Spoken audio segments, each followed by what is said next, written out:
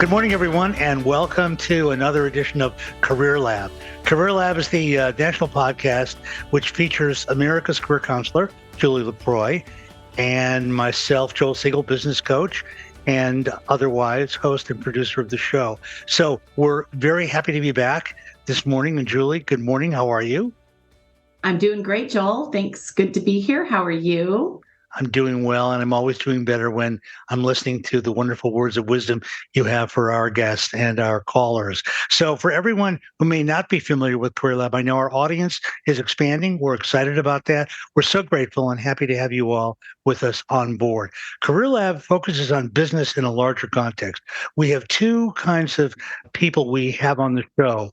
We have guests who are special guests. We have one of those today. And these are industry leaders and other people in industry who can help all of us understand what makes business work, what makes business go, how they are successful, and a little bit about their stories, their personal stories about how they got to be who they are. Then we also have callers who are regular people like you and I and Julie who call in, and they are having career issues, whether it's transition, launch, any number of variety of things that may be going on. And Julie and I help them with those issues as we talk through the show. So good morning, everyone. Great to be here. We're going to start this morning with a special guest, and I'm going to bring him into the room right now. Matthew, want to come in and join us? Thank you very much, Joel. Pleasure to be here. And hey, Julie. Hi, Matt. Great to see you again. So let me formally introduce you, Matthew Jacobson. You are the head of Ducere University, and we're going to be hearing a lot about that. But we're very grateful to have such an impressive guest as yourself. And as you know, you could hear from our intro, Matthew, that we talk a lot in this show with our special guests about business building. And I've spent a lot of time looking into your program and your university, and it seems like you really have some very special things that you offer. So again, welcome to the show. I'm going to turn it over to you, Julie, because I know you're dying to dig in and talk to Matt about things. I am. Well, Matt, it's fun to have you on the show. It's so serendipitous how I connect with people. Your marketing director, marketing and outreach director, and I worked together a decade ago, and Caroline's amazing. And she is doing so much outreach for you. She's been with you at least 3 or 4 years now, I know. And I know that her energy and effervescence has probably followed every single tendril that you possibly could have as an emerging university. So I know you guys are really kind of getting on the map. So when you and I first spoke several years ago, I believe you would either just launch the university or became a part of it somehow. I don't remember the provenance of your interaction with the university. Maybe you could give us a little bit of that history. But for the listeners, the reason we have Matt on today is because there are all sorts of MBA programs out there in the United States. Just like in investing, you have your traditional investing pathways and you have your alternative investments. Education has that coming on as well.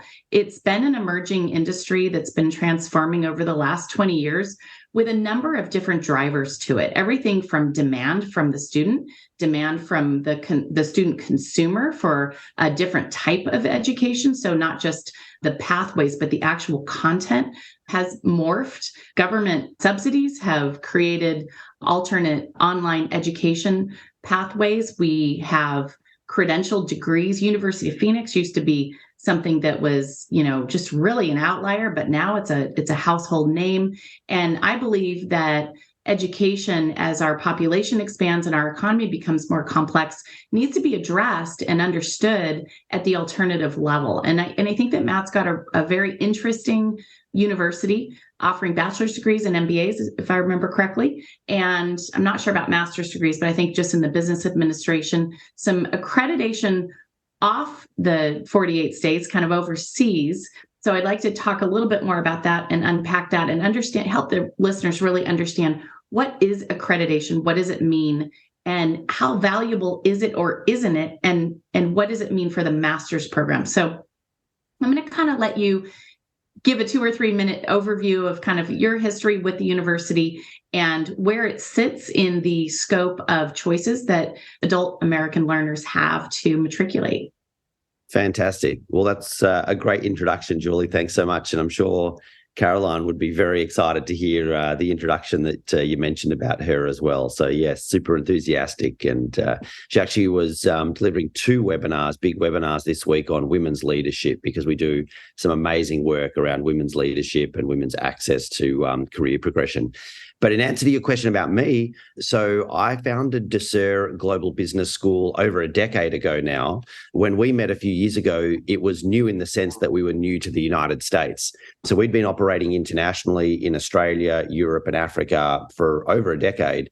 And then we relocated our headquarters to California. So we've been here now for a number of years, and we are a California headquartered business school.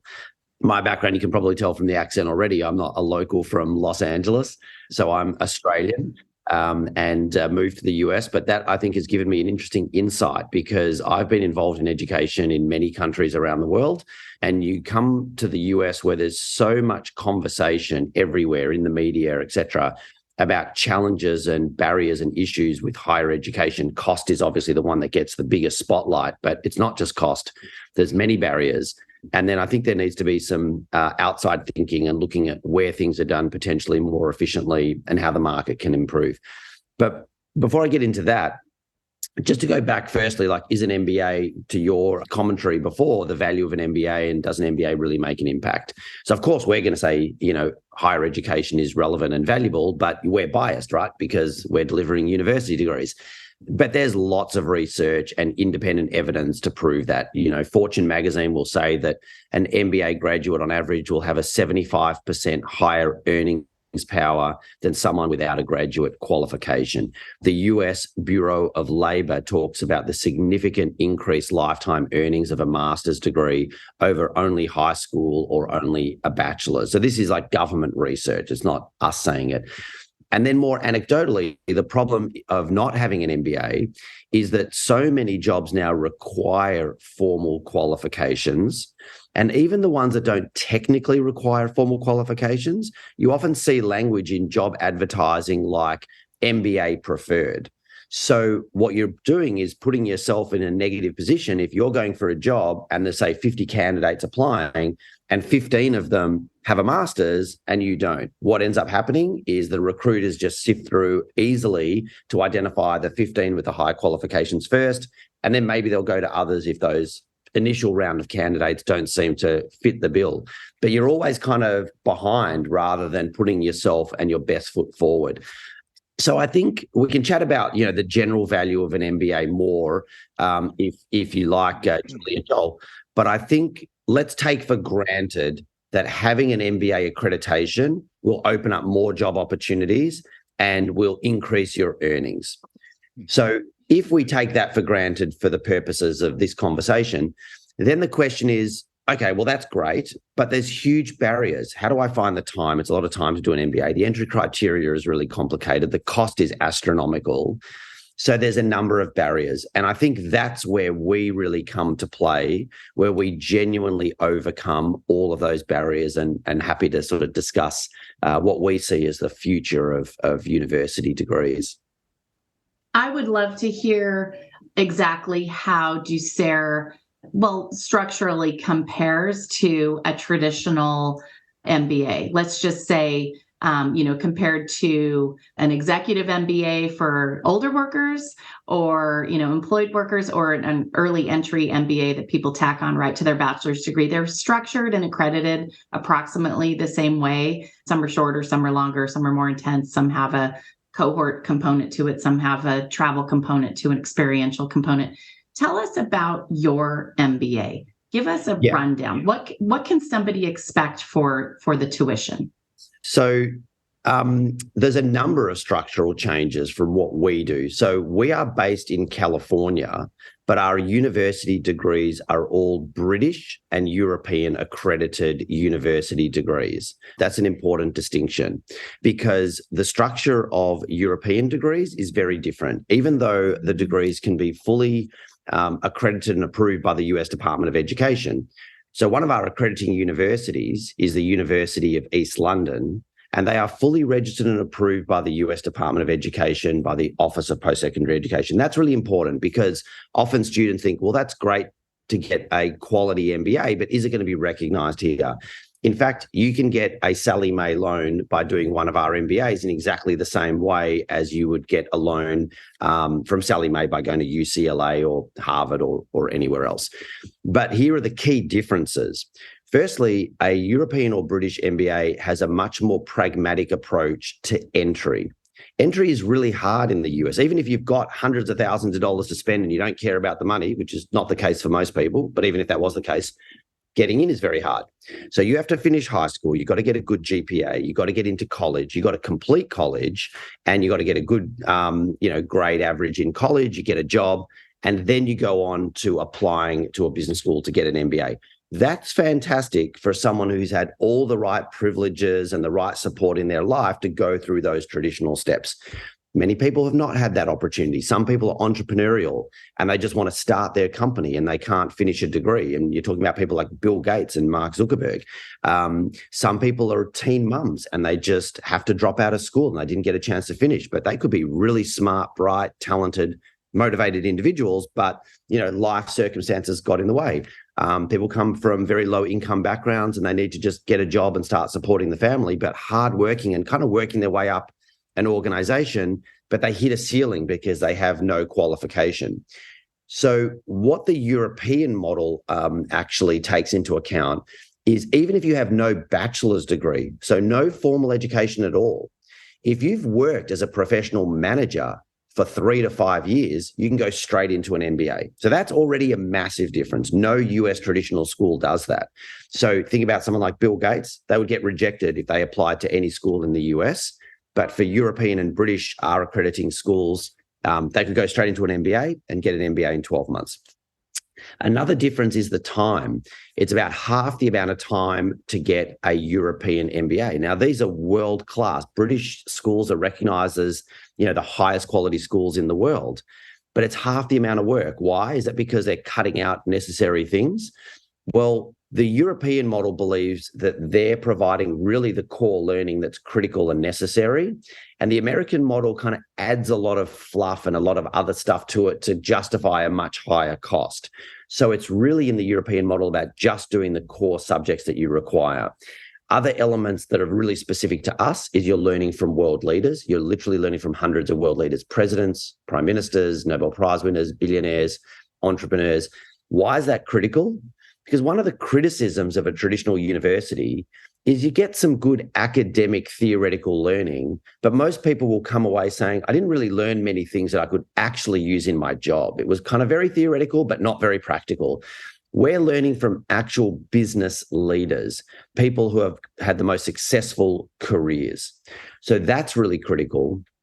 So entry criteria is critical.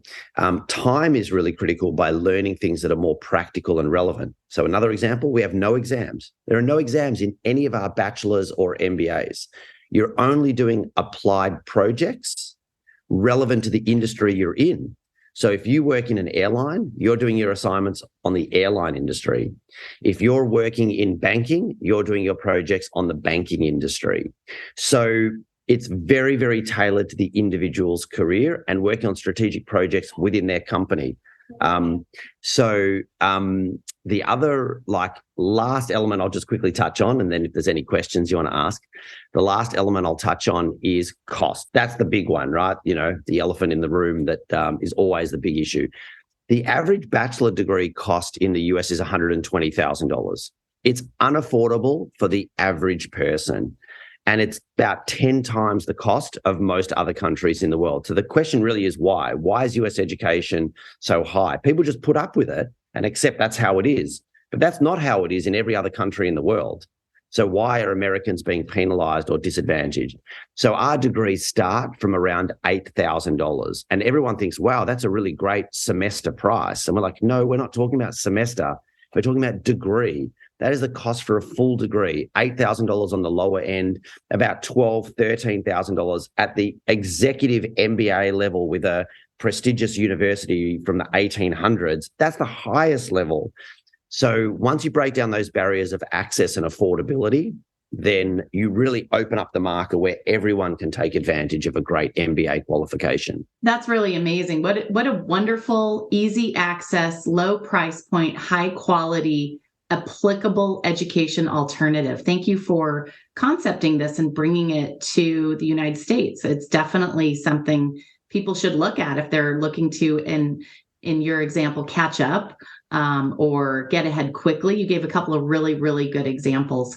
Which came first for you, Matt? Was it the bachelor's degree or the MBA degree? That's a really good question, but actually both. So we delivered both qualifications and started in our delivery of university degrees with both bachelor's and MBAs. But the model is the same for us. So the learning style, pedagogy, the curriculum design is all the same. It doesn't matter if it's a bachelor's and you're in a first-year bachelor's student, you still have no exams. You're learning through world leaders, hundreds of world leaders. You're only doing applied projects. It's more cost effective. So as a social enterprise, which is essentially our corporate structure, we want to break down all barriers and have everyone get access to education. And we've been doing that since day one.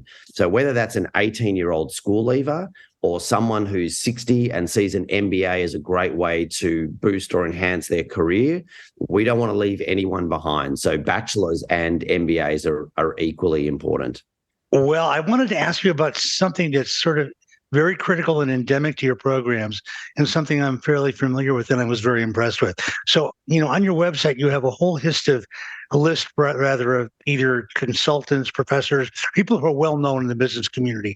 I'm assuming they either teach courses directly or provide content for courses, so that one way or the other, students get exposed to them. I have a PhD, and when I was studying my PhD, I was very fortunate. The school I was going to believed in that same concept. And what they did was they had a lot of money. They went out and hired all the most famous psychologists in the world, Carl Rogers, Viktor Frankl, all the most impressive guys. And they actually had them teach the classes to the student body, which in that time happened to include me. So I was fortunate enough to get trained by the most world-renowned psychologists in every single discipline. And I know that marked my educational experience in a very profound way. And so when I saw that on your site, I wanted to explore that a little bit with you, because some of these leaders who are either have videos referenced on your site, are very impressive. So how do you interact? How do you work with them? How do they work with you? Are they really there? Do they just deliver content? How does it work? That's such a great question. And it's so great, Joel, that you had that experience and see the value of that real world knowledge firsthand. And it kind of just makes sense, right? It's pretty common sense, and most people get it straight away, that if you're going to learn negotiations, learning from a former CIA director, the art of negotiations with General Petraeus, is possibly more real world relevant than someone who's been an academic at your local college and never even left the college, but they're teaching you the technicalities of corporate negotiations. We really feel like there's got to be something missing there if you're teaching something that is, really strategic business skill, but you've never even worked in a business. So that is absolutely critical. And the examples of that are, all the way through, whether you're learning stress management and positive psychology from Goldie Hawn, because everyone's dealing with work, life, study, learning, strategic management from the global chairman of KPMG, learning entrepreneurship from Nolan Bushnell, the founder of Atari and Chuck E. Cheese's. The list goes on. And so do these people simply deliver written course content for you, or how do you interact with them? Or how do you? So it's never written course content. It's always like documentary quality production. So some of your viewers at Career Lab might be familiar with Masterclass, and if someone wants to learn cooking, they can see this amazing, engaging video production learning from Gordon Ramsay. That makes sense, right? So we're kind of like a masterclass, but of university degrees, because we only do degrees. We don't do non-award qualifications. Everything we do is accredited degrees. So you're just getting a full degree, but learning from these incredible world leaders. So primarily, it's from filming case studies on topics that they are expert in. Right. It is available on our platform that you're going through as you're doing your studies and you're learning. But we also have a lot of live interaction. So I mentioned the former CIA director, and I also mentioned the founder of Atari. Both of those have live webinars as well, where students are on and they're having a conversation, and the content is similar, But the value of the live lecture and live webinar is now you have an opportunity to actually ask questions and engage. And that's a really cool, exciting thing for students. So I've got to jump in and ask you a business question. It's really at the top of mind right now. I know that in my experience, getting my PhD, one of the things that happened was I was with a group of students, and after my group of students graduated, the university was no longer able to fund the level of professors who had been teaching. They were flying people in from all over the world to deliver this coursework, and it was unbelievable. Now, obviously, that was another era, and now things are all digital, so that makes it easier. But given the remarkable value you seem to offer for your programs, how are you able to sustain, engaging these obviously very heavy hitter world business leaders in this interaction? Yeah, well, that's a really great question, and it's a very valid question. And the fact that when I mentioned that the predominant way that you're accessing the curriculum is through that masterclass style production of really high quality video. So there is a really, really significant upfront investment, because not just the people, we're talking about a Canadian prime minister and an African president. Right. So you've got film crews, going around the world, and instructional designers, and designing the case studies and producing and post-production. It's a very expensive exercise that, you're absolutely correct in questioning the sustainability. But what's amazing is once you've created, it's like, producing a movie. Once you've spent the money producing that movie, it could be watched 10 million times. Yeah. It doesn't matter. So we have all of these degrees already. We've been doing this over a decade, and we have all these degrees fully built, and we're always improving and adding to it. But it's not as if we need to go out every year and get a new 250 world leaders. These incredible people are embedded as part of our global curriculum. Great. Julie, I know you wanted to jump in here. Yeah, I have a question, Matt. Correct me if my memory is not right, but I thought I remember you telling me years ago that students could essentially build their own program. Is that true? So not exactly. When you say build their own program, it's tailored to every individual student. So an example of that, let's say we have a student at Aston Martin and a student at LinkedIn and a student at Disney. All of those companies happen to be partner companies of ours, by the way. But let's say you have a student at each of those companies and they're doing the same MBA. They're each enrolled into our global MBA. And that's accredited by the University of Valencia and Rome Business School dual accreditation. And let's say one of those classes is strategic marketing. So they're in very different sectors. They're all enrolled in the same MBA. They're enrolled in the same class, and they're doing an assignment on strategic marketing. But here's where it gets individualized and tailored. The assignments are designed in a way to say, come up with a strategic implementation plan of how you can identify a new market demographic for your business. So Aston Martin might be thinking, how do we expand into Mexico? LinkedIn might be thinking, we're very, very strong in the 30 to 60 category.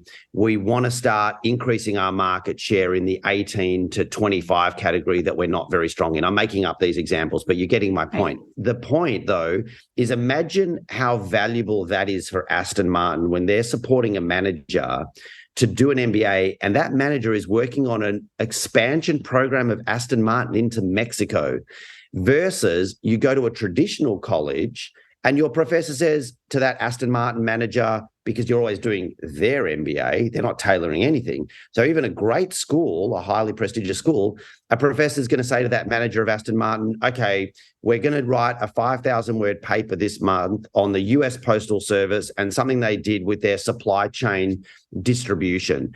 And that Aston Martin person thinking, okay, well, I've got to write this paper because I want to pass my MBA, but they're also thinking, what the hell does the US Postal Service have to do with a luxury automotive brand?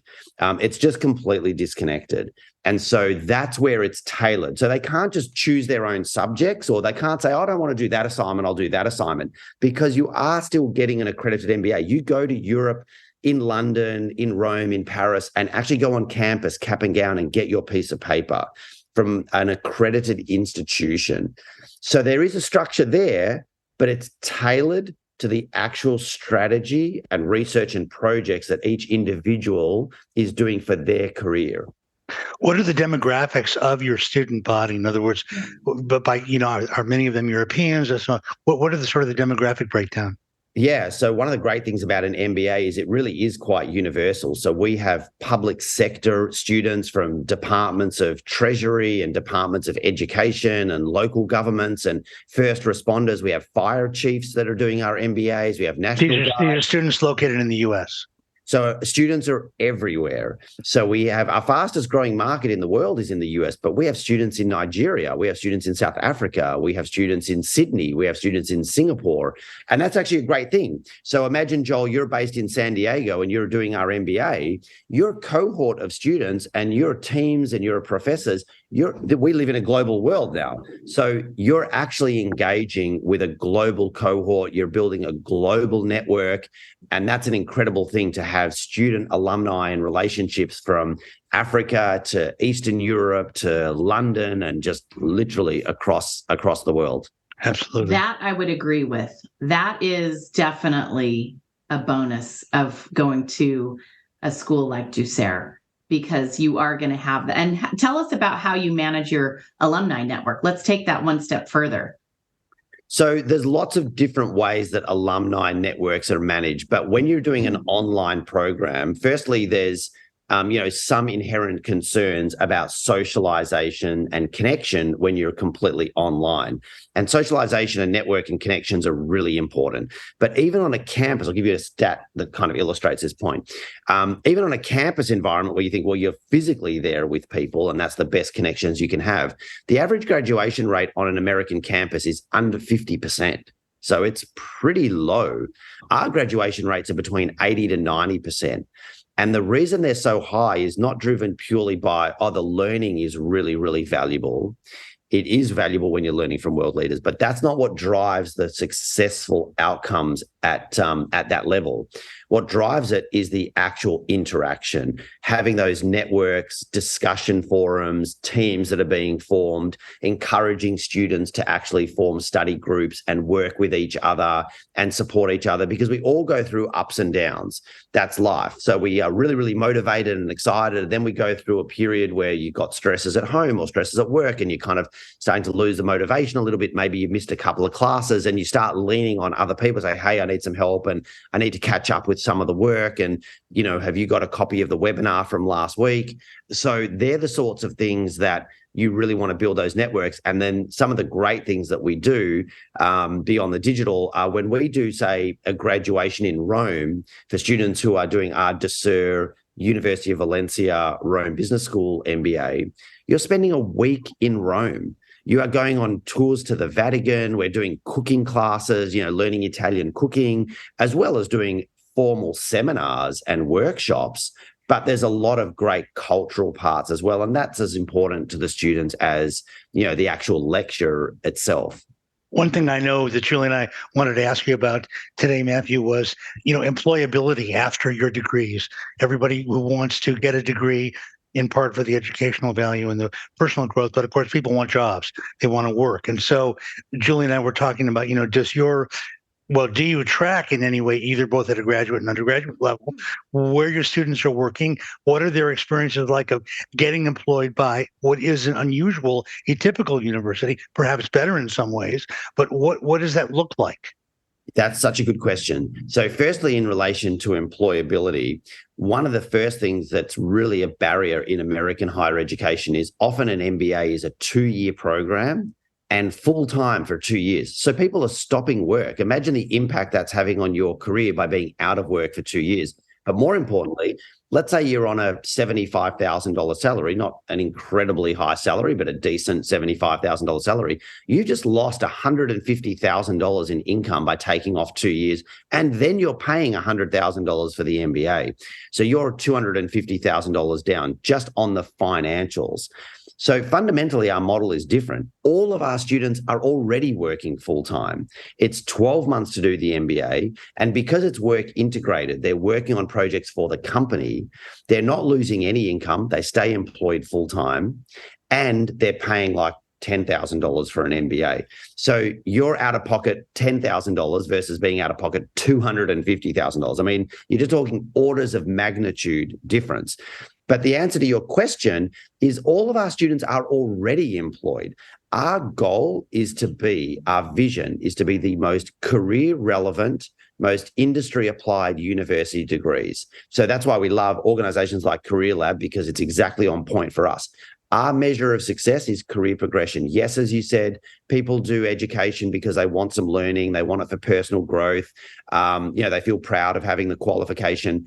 But the vast majority of students doing a degree are doing it for a practical reason of career progression. Right. So then some of your students, I get what you're saying, and that makes sense. And it is very different with most of the students already being employed full-time and probably continuing that. It would then make sense, it would seem to me, that if you allowed them to some degree tailor their MBA program to the work they're already doing, like the sector they're in, so they could gain more competence and experience in that sector and be more promotable within the industry they're already working in. Is that something you take into account? So that is exactly right. You've 100% nailed it, Joel. So one of the things I could be an announcer for your school. Yeah, absolutely. I could do an infomercial for Ducere.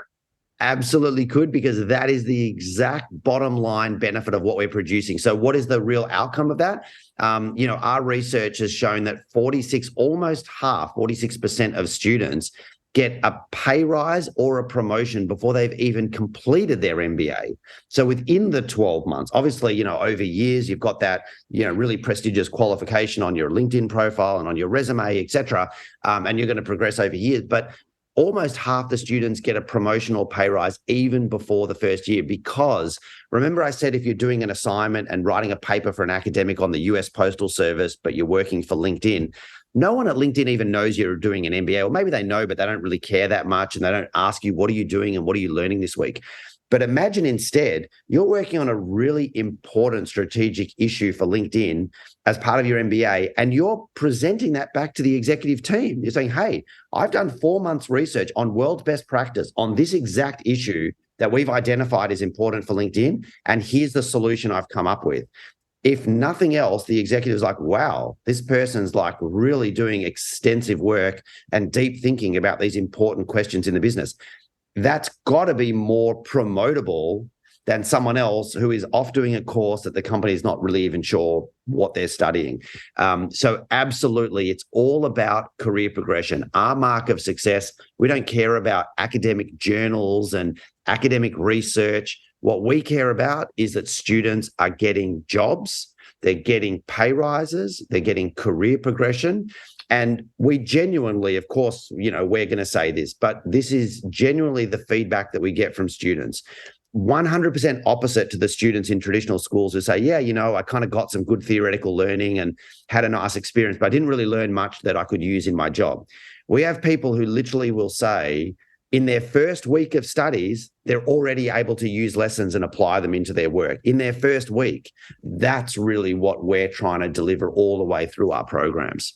Wonderful. So, Joel, you want to wrap us up, or would you like me to? Because I have a couple things I'd like to say. Well, yeah, and I have another question, but go ahead, Julie. Okay. I'm anxious to hear what you want to say. You go ahead.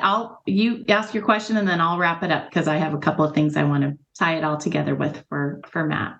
Yeah, I guess, we've covered it. And I'm a very big supporter of programs like yours. I do think there is a place in higher education for rigorous foundational learning. However, I do think, you've made a strong case, and I think you're right about the practicality of learning from real world leaders, real world experiences. I'm the result of that myself, so I advocate for that. But I also think there's a strong, especially in terms of an MBA, there's a strong element of strong foundational understanding of how business and institutions work that you can only get if you get it. And so I'm hoping that your students get that as well, too. Just wanted to put that in there. Absolutely, because you're right. And so it's not only learning from CEOs and Nobel Prize winners. That's a differentiator. But of course, we have a team of instructional designers and a team of academics and PhDs. And it's a formal academic that's delivering the lectures. And it's a formal academic that's teaching the theory and the underpinning knowledge. But for us, we don't just stop at theory and foundational knowledge. We have that, as well as bringing in the world leader experts. And we think that combination is really the most powerful combination. Julie? Yeah. So Matt, I just, and to the listeners, first of all, Matt, I just want to thank you so much for coming on. I was so impressed with your energy when we first connected about Ducere. And I'm really honestly pleased to see how far you've come and that you're still really excited about it. Anything with that kind of enthusiasm and energy is going to be a success. And at the same time, to Joel's point, he and I both kind of grew up in research institutions, which is the polar opposite of what you're presenting to our listeners. So just a little disclaimer to our listeners, we really are talking about the fringes of education right here in this conversation. Academic research oriented, breadth oriented, theoretical oriented universities are wonderful for helping teach you foundational thinking skills and hypotheses and postulations that may come to fruition 10 or 20 years in the future. There's a lot of value in that type of education. On the far side, something like what Ducere is offering is, in my opinion, a good opportunity for alternative education. And Matt, the reason I'm putting this kind of summary out for our listeners is I want to be sure that our listeners understand where that this isn't really about an endorsement for either direction, but this is really about opening up what the educational choices are and why they're there and who might fit into which ones. So although I, in all honesty, probably wouldn't fit into a Ducere, I can absolutely see where some of my clients would. And I think that's really important to recognize that there's room for all types and all kinds. And if you are feeling like a lower cost, lower barrier to entry education, higher level of applicability education is for you, then look at Ducere.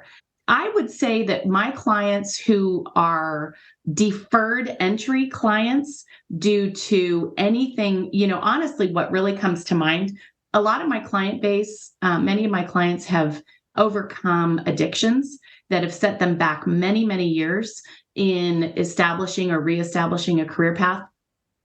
They are very smart. They have a lot to offer, but they're feeling at a disadvantage because they've kind of been out of the world of work for a little while. And that re-entry, I would think, could be extremely buoyed by a Ducere education because of its practicality. They're going to have those real life lessons and hear what's happening now and how to be thinking about things right now. And that's really a great tool for any re-entry. And I'm not in any way trying to, put Ducere on a platform that only attracts, formerly incarcerated or addicts or anything. I mean, there's nothing wrong. I mean, all these people deserve to be educated and they deserve to be rewarded with work. This is a great opportunity for a non-traditional candidate. Return to work moms. I work with a lot of return to work moms who are 4, 8, 12 years outside of the world of work, and they just simply don't have the vocabulary and the personal confidence professionally to do what they were doing prior. This is a great way for them to get a 12-month influx of content and vocabulary and practices and trial and error to really build their confidence and build those employability skills. And then, the third thing I wanted to say about it is that the third client base I work with who would probably really embrace this type of alternative education would be those younger graduates, undergrad graduates who have worked for a couple of years and they're not ready to settle down and have kids and buy a house. They want to travel. They want to see the world. Well, if you can't afford to take a year off and travel the globe, you can certainly do it through this type of MBA. You can do it right in your own living room. You can do it through your own screen and learn so many different stories and best practices, it sounds like, from a global education component. And so for young people who maybe want to have a United States accreditation undergraduate degree, but have a little more flexibility and freedom in globalizing their professional career, this is probably a really good option. So, again, not in the spirit of collaborating and trying to expose what Ducere brings to the student community, I think it's really important that we understand the fit. Even when I'm working with traditional clients on academic or career pathing, we always talk about what's going to fit this person. So it would just be my opinion that in my client base, which is basically all of American adulthood, those would be the three main populations that I would think would get a lot of value out of an education like what you're providing there at Ducere. Julie, I've got to jump in only because, time is running away from us, and we are just about out of time. Matthew, this has been an enormously satisfying and rewarding experience for all of us, and I'm sure for all of our Career Lab listeners. And to let you know, Matthew, we want to express our gratitude for you coming on. Our Career Lab podcasts have a video component, and we put those up on LinkedIn, so you'll get a chance to see yourself, and we'll highlight you and the work you do, and whatever else we can do to highlight that, we are happy to do that as well. So I want to extend my heartfelt thanks for you coming on the show. You were an enormously important guest, and I know we'll be talking more, you and I. Thank you so much, Julie, and thank you so much, Joel, and it's been an absolute pleasure. Wonderful. Thank you for everything you're doing for our workforce. I appreciate it, Matt. Absolutely a pleasure. Thanks so much for having me on. See you guys. Take care. Cheers. Bye.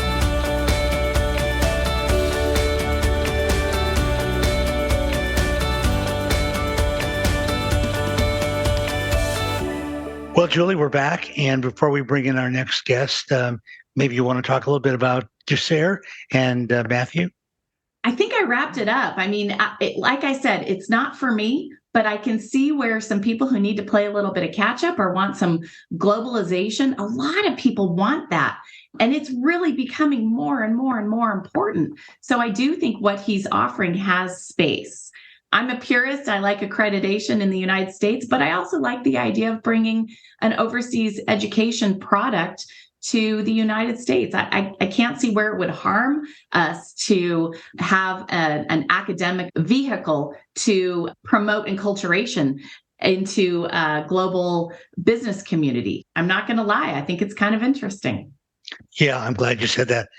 I think that they offer something potentially very valuable to a significant student base. Here's a little story that I'll share during the segment with Matthew. I was talking about my own education. Yes. And one interesting thing about that I didn't share during the segment, but I'll share with our listeners, and it goes to the question that you're talking about accreditation, because we know that Ducere is not WASC accredited here in the States. When I attended this PhD program, of course, it was accredited by all WASC and all the normal accreditations, but it did not have the American Psychological Association accreditation. And after we brought in, or not we, but they brought in all these professors, the American Psychological Association grandfathered accreditation for all the students who had taken part in that program. So an interesting story on accreditation. That is an interesting story on accreditation. And to our listeners, don't brush over this part of the conversation. Joel is one of the most highly trained professionals in the field of human psychology I have ever met. And I have met a lot of them, but he has a past that is, oh my goodness, he is so accomplished in the field of psychology. And I don't know if anybody knows this, but you were my clinical supervisor.